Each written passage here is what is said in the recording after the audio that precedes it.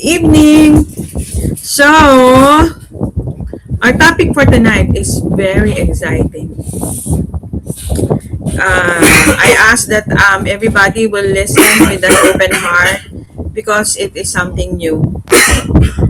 For quite a time now, no, we've been meeting, but we never discuss about giving. Diba? Never, not one time. So, tonight, it's the kasi nagulat ako yesterday, no, we went to SM to eat, and I just scanned the topic kasi nga I had to prepare for the Saturday Bible study, and lo and behold, the topic was about giving. Okay, so we have our share of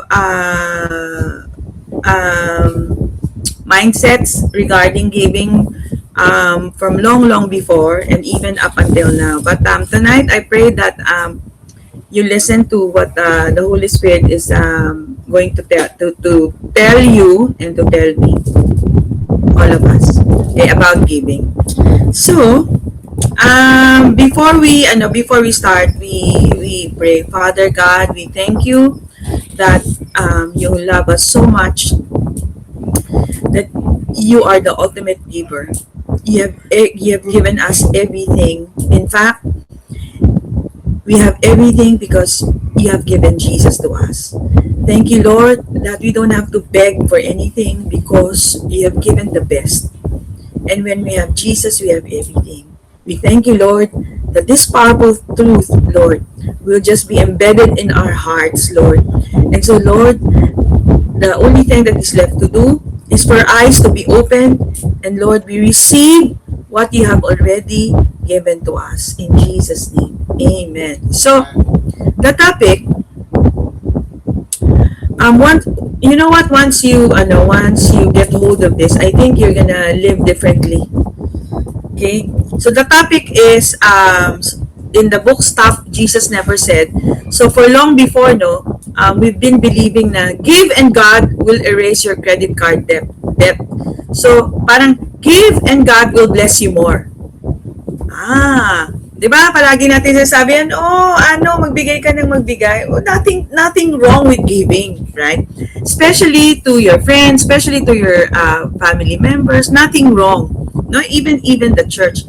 Pero one person who came to my mind kasi when you say that, it's a qualification for God's blessing. It is very wrong because God's blessing is not earned. Right? Remember the thief at the right or left, basta one of those, sabi ganon, Lord, remember me. Diba? Remember me. Sabi ni Lord, today, you will be with me in paradise. So, nagbigay ba siya? Hindi, diba? So, the giving that the Lord is telling us in Scripture is not about us giving to Him because He has given to us already. Okay? I-establish natin yon. He has given us His best. Right? And we will go through, no? So, the giving that God is telling us in the scriptures, in both the Old and the New Testament, is about our giving to one another. Remember, the early church in Acts, right? When they gave, anong ginawa nila? Tinago ba nila? Nilagay ba nila sa bangko? No, they gave it to the poor. They gave it to the widows who are in need because the church is designed to be a help to those who are in need. Okay, pero bago tayo pumunta doon. So God is not a slot machine. He's not someone who, you appease by giving and then He will give you. No. Kung ganun ang tingin mo kay Lord, hindi siya Heavenly Father. Even you as a parent, right? You don't expect anything in return from your children. Sometimes siguro yung paglilibre, no? But actually in general, no. Right? So your children actually don't have to beg for you to give them food or to give them education or to give them the best because they are so secured that you as their parents will give you the best, will give them the best. Okay, so let's begin. Mas maganda na basahin natin uli yung sinasabi ni Pastor Ellie so that we'll all be in the same page. Sabi niya ganyan, God is not a slot machine. God is not someone who give so that your credit card debt will be erased. Hindi siya yun. So sabi niya ganun, ano, sabi ganun, we've been hearing about this, and I think even now, so into this ministry, so that you will reap, diba? Threefold, sevenfold, even tenfold of your investment. You hear stuff like this from the pulpit or on the TV, but Jesus never said this. Jesus never said this. The God Jesus revealed is not a divine slot machine who rewards punters, who rewards investors with payouts. You can't simply outgive God. Give and God will bless you. Di ba yan na sinasabi ng karamihan? God is no man's debtor. When lines like this are used to promote giving, they destroy it. For giving to get is not giving at all. But did Jesus say, "Give, and it shall be given unto you, and it will be measured you. And with the measure you use, it will be measured to you"?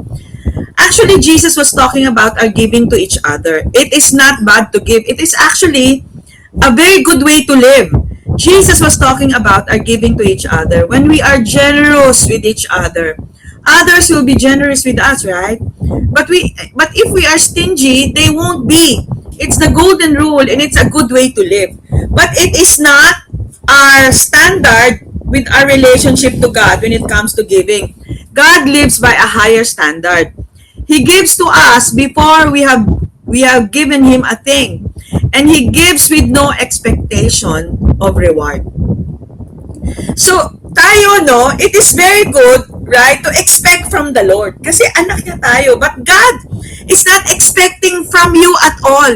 Even if you don't give to the church, right, just like the thief, right, you are so secured. But because of your relationship to the Lord, and we'll go through it later, no, the way you behold Him, the way you see Him as a giver, right, then your heart will be changed, and then you will be a storehouse who will give to your children, who will give to your family, to your friends. Why? Because God is love, and love gives. God does not do debt, and God does not give to get. He gives because it's His nature to give. So pag meron tayong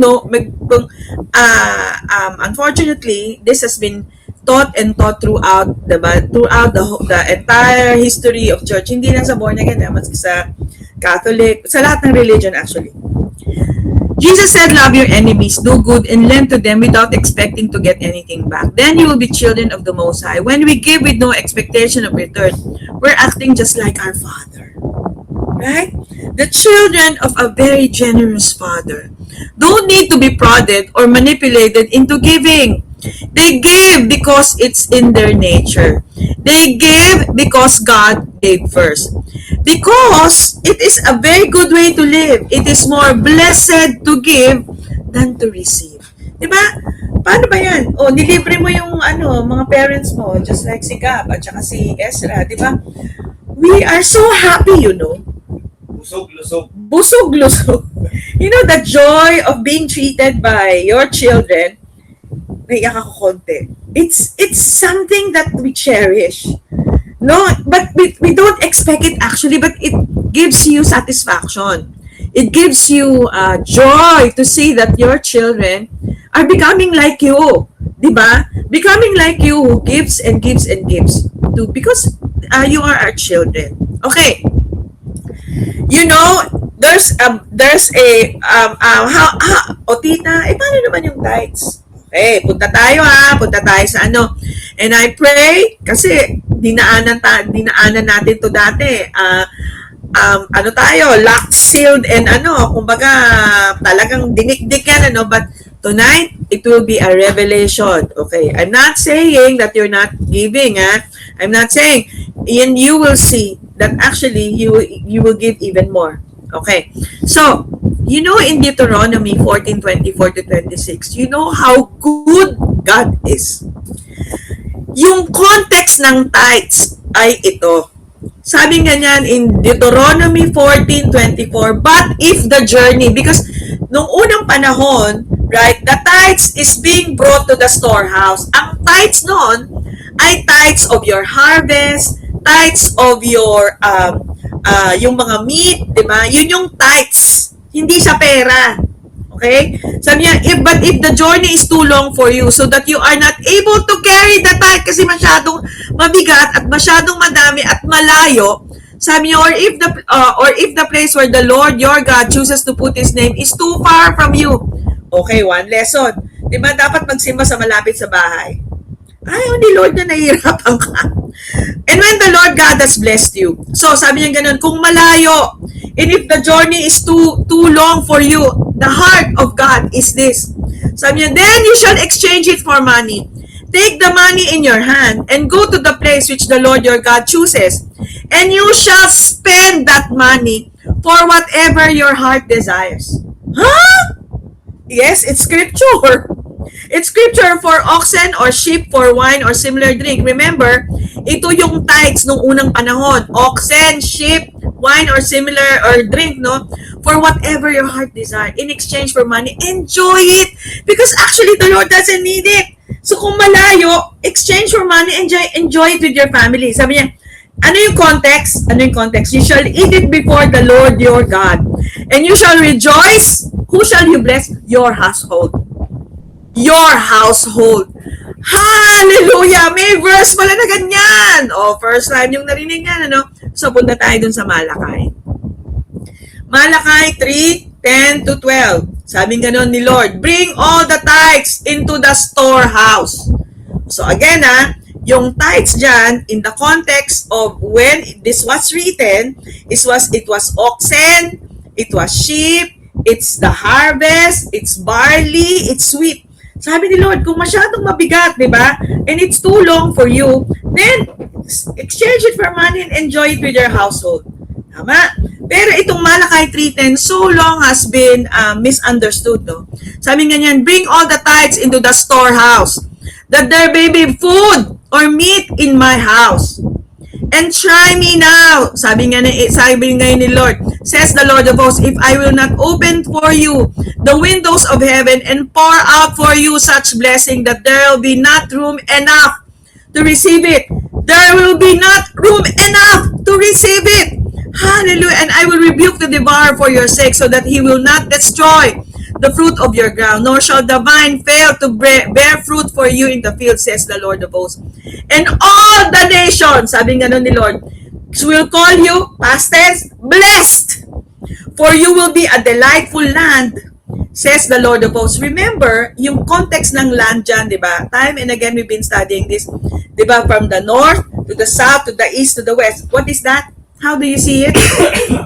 How do you see it? It's the cross. Okay, tingnan natin yung interlinear. Kasi when you read it in shallow, when you read it in English and you just understand it very shallow, ang pagkakaintindi mo dito ay ito na nga, yung 10%, yun ang turo sa atin, ano? Diba? Diba? 10%. Ang context ito is 10% of all your oxens, of all your sheep. Diba? Okay. Tita. Okay, mami. Tingnan natin interlinear. Okay, ito ang storehouse. Okay, sabi nga nun, bring it to the storehouse. Kasi ang context niyan, you will bring it to the temple where the Levites live. Kasi kailangan yung mga Levites may kainin. Tama? Diba? Ito yan, storehouse. Okay. It was humanly possible to give a tithe. And it will always be. No person has ever tithed the tithe God had in mind in all of human history except for God Himself. Why do I say this? Tingnan natin yung interlinear. Okay. Alam nyo, nagulat talaga ako dito kagabi. As in, sabi niya ngayon, bring! Who? Bring! What do you see? Aleph Tav. Diba? Aleph Tav is the signature of Jesus. It is placed strategically in scriptures in the Old Testament. Diba? Even in Isaiah 53. Ito, klaro, right? That the tithe is the Lord Jesus. Bring Aleph Tav, right? All the tithes into my storehouse. Okay, sino yung nagtatithe dito? Si Abba Daddy God. Jesus, because Jesus is the tithe. Okay? Aleph Tav, all the tithes, all of Jesus. Ano yung Aleph Tav? Aleph, the first letter in the Hebrew alphabet. And the last letter in the Hebrew alphabet is Tav. In the Greek, it is Alpha and Omega. So clearly, it is the Lord. Right? I am the first. I am the last, and beside me, there is no God. So, God the Father has titled the Lord Jesus to who? Right? To bring into the storehouse. So, sino yung storehouse ngayon? Church, sino yung storehouse ngayon? You are the temple of the Holy Spirit. The tithe is now in you. Hallelujah. So the tithe was not what we owed God. Because simply, you cannot outgive God. The tithe was what God gave us. Jesus is the tithe. Jesus is the tithe whom He has brought into His storehouse. And remember, the storehouse is you. Now, He has blessed you. Sabi ganun, balikan natin, ano? Sabi ganun, He has blessed you. So you don't need to cry, child of God, Lord, bless me. No, open your eyes, because the one, Jesus is in you, the tithe is in you, and now what is the Lord is saying? You overflow. Heal the world. Make it a better place for you and for me and the entire human race. So you can give. Because the ultimate giver, the Lord Himself is in you. Hallelujah. Even in Malakay, no? So, Jesus is the tithe. So, tingnan natin, ano? Sabi nga nun, bring Jesus all the tithes into my storehouse. Now, in the new covenant, who is the storehouse? Who is the temple of the Lord? It is you, right? It is not the building. It is the community of believers. You are the storehouse where all the blessing of God is placed. You are blessed to be a blessing. So now, walang percentage. You can give and give and give. Hallelujah. So hindi siya obligation. It is not something na, hindi ako nagbigay. Hindi ganun. No, you can give freely because the one who is the ultimate giver is in you. Hallelujah. So Jesus is the tithe. The tithe was not what we owed God. The tithe was what God gave us. You can now overflow because you are the storehouse. Jesus is in you. Open your eyes. Open your eyes. And when we remember, that's why, no? The Lord sabi niya, remember me. Remember me. Can God tithe? Yes, as a matter of fact, only God could tithe, and He did. He provided the meat in the storehouse. Jesus is His name. So every time we partake of the bread, right? We partake of the wine. We are remembering that He has blessed His storehouse. Ikaw yon. Ikaw yon. Hindi yung address ng church. Ikaw yon. So, saan pa yan nakalagay? John 6:53-58, Jesus said, very truly I say unto you, unless you eat the flesh of the Son of Man and drink His blood, you have no life in you. Very claro, no? So because Jesus, God has brought His tithe to you, the storehouse. Jesus is the meat that came to the storehouse in Malachi 3:8-10. His flesh is meat indeed. Let us eat, remembering that He has blessed us while we were yet sinners. So enjoy Jesus, who is your tithe. You will never lack. Never lack. So let your eyes be open to this. You will never lack because, right, Jesus is in you. Hallelujah. So, child of God, you are God's temple. You are God's storehouse. You are God's storehouse. Overflow. Hallelujah. Because you are married to the greatest giver. You are married to Jesus. He brought me to the banqueting house. And because, di ba, you're married to Him, He has brought you to the banqueting house, and His banner over you is love, in Songs of Solomon, verse 2-4. So, tingnan natin, no? He has brought me to His house, banqueting house. No? The word banner in this passage is a Hebrew word, dagal. It is a word that means to look or to behold. So again, the gospel is not do. The gospel is behold. Jesus, your tithe, who is now brought into the storehouse, who is you. Live from the overflow of provision and sustenance, sharing in the co-union life with Abba. Be drawn into the banquet of Jesus Christ. Be captivated with His loving kindness and radical grace. He has given you all things. He has given you all things so you can give and give and give. Hallelujah! And you lack absolutely nothing.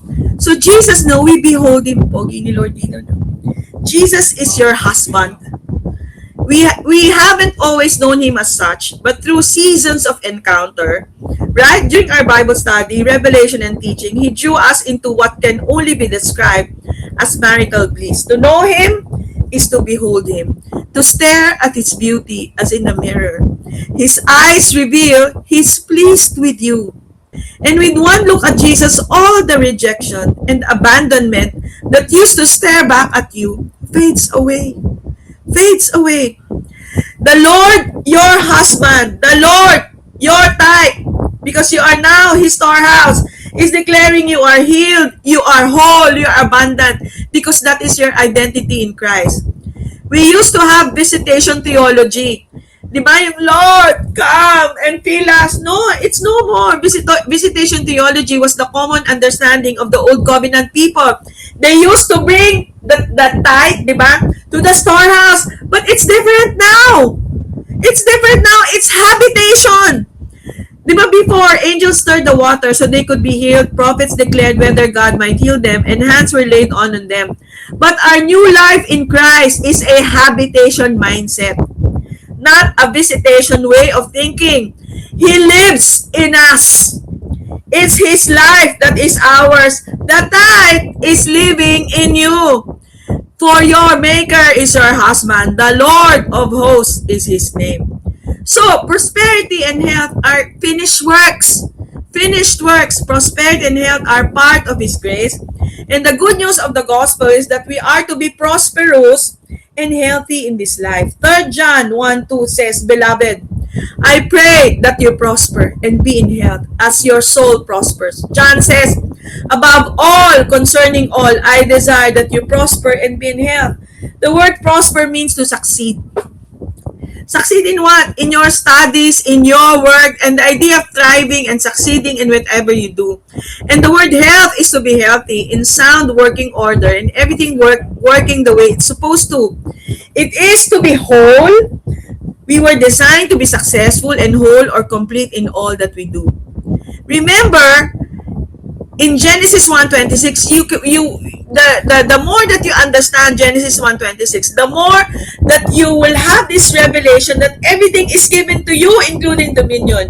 God's original design is for you to rule the earth. You are good, di ba? Kalos or tov. What does it mean? Beautiful, handsome, excellent, eminent, commendable, admirable, precious, useful, suitable. Ano yung opposite? Poneros. Diba? Full of labors, annoyances, hardship, pressed, harassed by labor, from the root word, strong desire. Eating from the tree of the knowledge of good and evil. Ito yung very common. Yung thinking that if you give, God will bless you is actually eating from the tree of the knowledge of good and evil. The way to shift from all of this is to recognize that you are already blessed so that you can overflow. So it's not you're giving because God will bless you. In the first place, God has already blessed you so that you can be a blessing. So, ang sabi dito, no, ito yung eating from the tree of the knowledge of good and evil, but it is a very good way to live. No? Love all people, love God with all your heart, be a giver, be friendly, sacrifice, etc., be kind, and the list goes on and on. But life is not found in good works. But good works come from life, from the Zoe life of Jesus Christ. In other words, if you have God's life, then good works will manifest. If you recognize, if you have the revelation that God is in you, you will overflow. But life cannot be created by good works. So, family, let me recite to you snippets of poem from Wesley Tarpley. We are His living epistles, read by all. His love letters, His clarion call. We are His gift to the poor and captive, those who are prisoners within their battered, fruitless minds. Our Father, our Heavenly Father, the amazing Father, the wonderful Father, the Father that so loved the world, so cherished His creation, so prized His children, yes, all of His children, and He gave, though they be lost in sin, blinded by darkness, heartbroken, hopeless, deluded, stricken. He gave His one and only, His very beloved Son, He who is His glorious namesake. It was for freedom that Christ has set us free. With hearts now clean, we listen and see. So live within His life-giving gift, for you, dear one, are free to give. Child of God, family, my dearest family, you are blessed to be a blessing because the greatest gift of all is in you. The greatest gift of all, the tithe, Father God has placed in you His storehouse. So, there's only one thing that is left to do: overflow. Overflow from the point of blessing because you are blessed. And that, my dear family, is our study for tonight. Praise the Lord.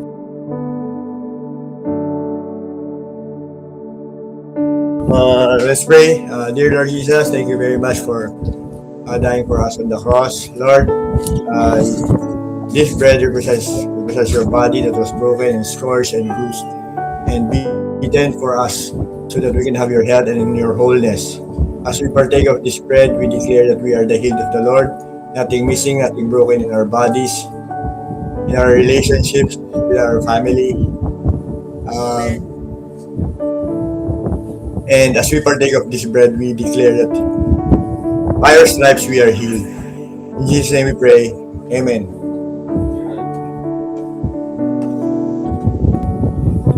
Let's partake of the juice. Lord, this juice represents your blood that was shed on the cross for us, for the forgiveness of our sins, past, present, and future.